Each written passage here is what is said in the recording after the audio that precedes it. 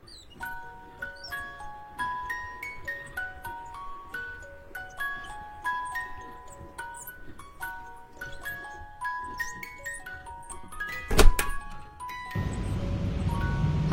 teman-teman, selamat datang kembali di channel YouTube saya. Hari ini saya akan melanjutkan sedikit topik yang masih berkaitan dengan covert NPD yang disebut dengan silent treatment. Nah, dari video yang kemarin, covert NPD part 1 dan part 2 itu muncul beberapa pertanyaan dan pengakuan bahwa yang mengalami silent treatment ini ternyata nggak sedikit ya, kayak gitu, dari tipe-tipe NPD yang covert. Jadi muncul pertanyaan, yaitu apa yang dilakukan NPD saat silent treatment. Nah, kita semua ini yang jadi supply nggak nyaman, stres, depresi, dan tentunya bingung. Nah, efek menyalahkan diri sendiri simpel banget. Yang NPD dilakuin cuma satu, diem gitu doang. Nah, dari video ini kita akan discover, understanding, dan membantu kalian untuk recover dari NPD ini. Jadi tidak berbuat apa-apa, tidak bicara apa-apa, membuat Anda akan berusaha untuk memperbaiki situasi tersebut. Jadi nature dari empathetic adalah kita akan mencari yang namanya solving problem itu sendiri.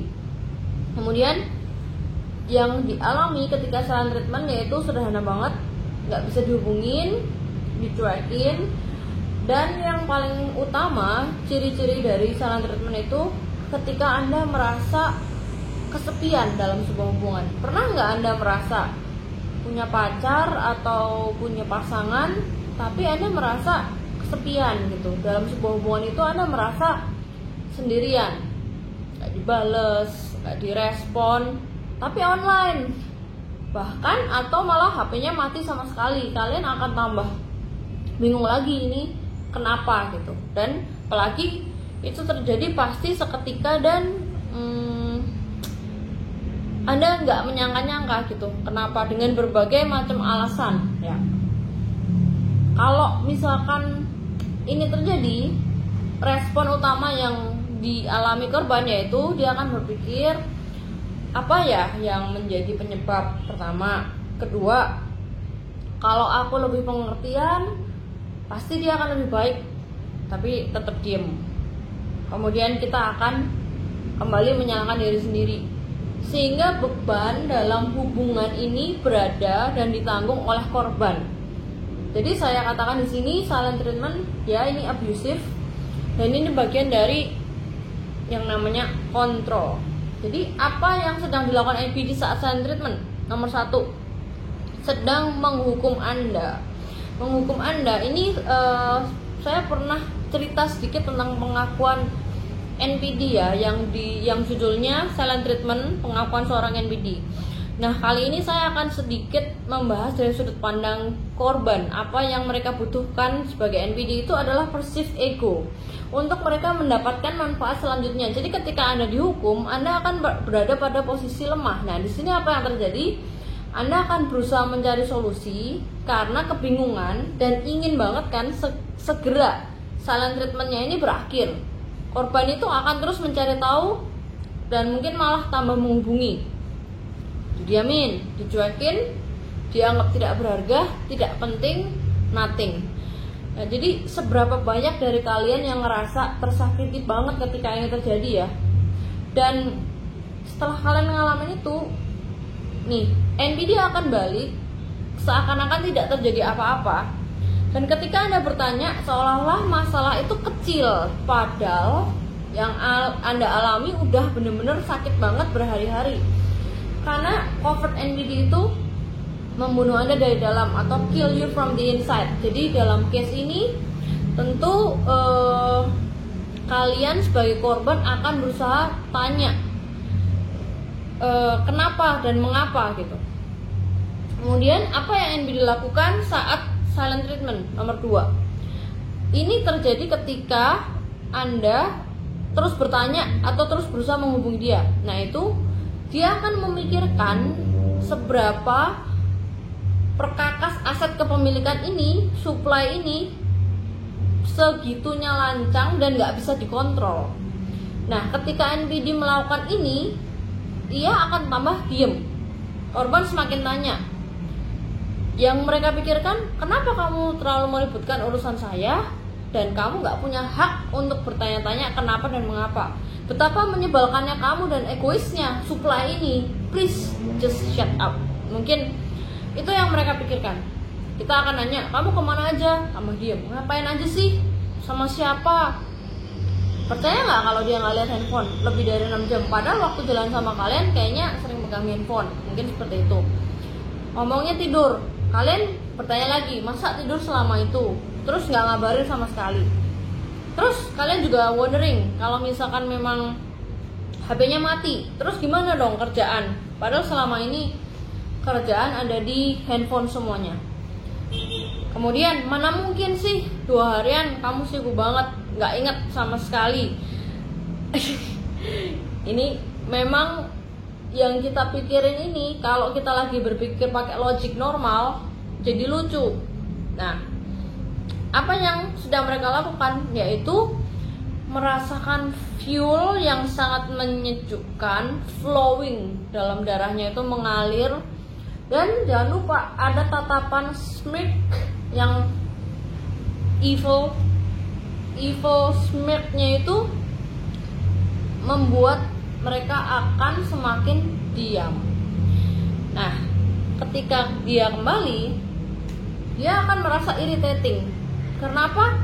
Karena perkakas aset supply ini sebenarnya bagi mereka adalah tidak punya hak untuk bertanya, karena itu bagian dari power and control. Dan ketika kalian menaikkan suara Anda, semakin bertanya, nah semakin Anda merengek, semakin Anda mengejar, itu memvalidasi mereka bahwa segitu mudahnya supply ini bisa dikontrol.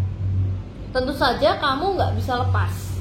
Walaupun supply korban ini udah berkali-kali menerima silent treatment, diem dan balik, apa yang mereka lakukan? Tunggu aja, aku diem. Dan kalau misalkan memang giliranku untuk bicara sama kamu, itu adalah power yang mereka atur kapan untuk mereka siap untuk bicara kembali dengan kalian, ketika mereka sudah selesai mendapatkan fuel. Tapi bukan dengan menjawab atau merespon pertanyaan, karena kontrol itu dipegang oleh orang NPD ini. Kalau korban sudah disetting untuk diam, ya NPD akan berharap korban itu diam. Kalau korban sudah merasa untuk siap untuk kembali dengan NPD ini, dia akan kembali dan dia akan mengatur kapan waktunya. Jadi sudah tahu juga pasti akan diterima kembali.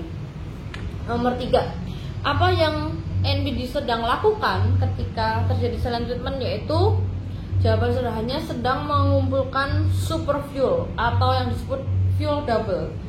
Nah, fuel double ini adalah istilah baru, yaitu ketika kalian mengalami silent treatment, dia sedang berada dengan supply lain, sehingga untuk menetapkan superioritas dalam hubungan tersebut. NPD saat silent treatment itu sedang berada dengan supply lain, karena mereka pada dasarnya kan nggak bisa kesepian. Berada pada supply lain yang berada pada fase love bombing itu, sedangkan Anda berada pada fase devalue. Nah, pada saat HP-nya mati, itu bisa saja memang ada HP lain yang aktif. Nah, kalau saya sih yakin seperti itu, karena biasanya NPD ini bersifat sekretif terhadap handphonenya. Terus saat dia bilang tidur misalkan, wah tidur seharian ya, nah itu kalian nggak bisa percaya gitu aja, karena mereka sedang bersama supply lainnya. Supply itu kan banyak, bisa teman, bisa TTM, pacar, selingkuhan, dan semuanya itu nanti akan ketahuan atau nggak ketahuan pasti belakangan. Yang penting pada saat itu tujuan utamanya tercapai, yaitu super fuel atau double fuel. Nah, ini sedikit sharing story lagi ya dari saya yang biasa saya suka sisip-sisipin.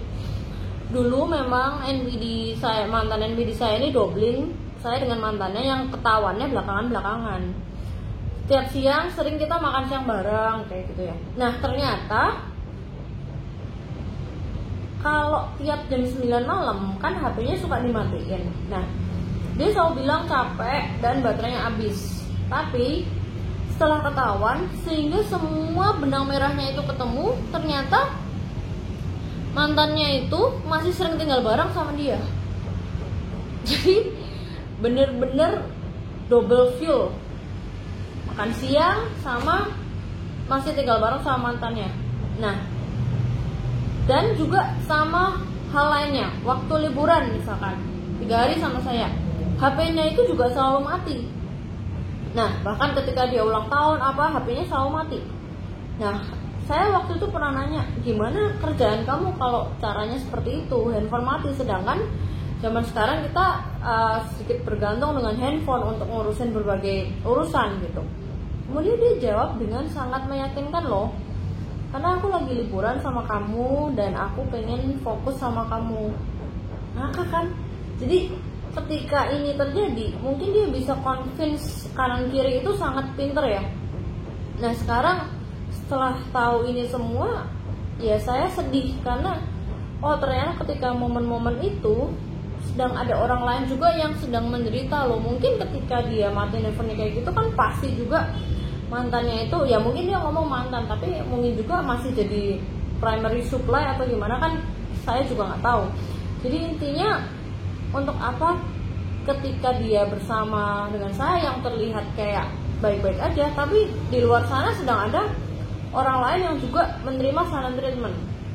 Nah jelas-jelas NBD ini cerita kalau mantannya itu berkali-kali memang udah pengen mati aja gitu. Maksudnya dengan cerita ini, karena empatetik saya ini yang walaupun itu mantannya, bukannya saya jadi cemburu atau gimana, tapi bawaan saya itu selalu kasihan gitu. Nah jadi menjawab pertanyaan-pertanyaan yang kalian selalu bikin kesel, sebenarnya tuh kenapa sih kok NBD ini waktu silent treatment tuh mereka ngapain gitu. Nah jawabannya sederhananya yaitu nomor 1 yang tadi sedang menghukum Anda, kedua sedang cari doubling fuel atau super fuel, yang ketiga ya memang mereka bisa juga nggak lagi ngapa-ngapain, tapi memang pada saat di adanya power and control, pada saat bukan giliran mereka untuk ngobrol sama kalian, ya mereka pasti akan diem. Dan ketika kalian akan terus-terus bertanya, itu ya dia akan semakin diem gitu. Jadi apa yang harus kita lakukan ketika silent treatment ini terjadi? Kalau setelah tahu tentang ini, yang saya sarankan adalah ya diamkan saja. Jadi istilahnya embrace the silent, dan juga menikmatilah hari-hari Anda tanpa NBD. Karena semakin silent treatment ini terjadi, sebenarnya blessing in disguise-nya adalah mereka itu juga melatih kita untuk bisa hidup tanpa mereka. Artinya ketika silent treatment ini terus menerus, mungkin kalian akan merasa down dan merasa stres. Tapi coba kalau kalian itu jalani terus selama 2 tahun, satu titik kalian akan menemukan satu titik balik di mana silent treatment itu akan menjadi momen di mana kalian bisa kembali berpikir, kembali menggunakan logika. Dan ketika NBD ini kembali, kalian sudah bisa memprediksi pola atau patternnya. Semoga dari video ini bisa membantu kalian, dan sebaiknya juga berhenti bertanya-tanya mengapa, lagi ngapain, sama siapa, dan itu akan memberikan fuel. Justru ketika kalian tidak merespon, tidak bertanya-tanya, kalian tidak memberikan fuel. Kira-kira itu penjelasan dari saya. Semoga video ini bisa membantu. Sampai jumpa di kalau misalkan mau ada pertanyaan bisa kontak saya di sini seperti biasa @unsecret.narcissus. Semoga video ini bermanfaat. Terima kasih.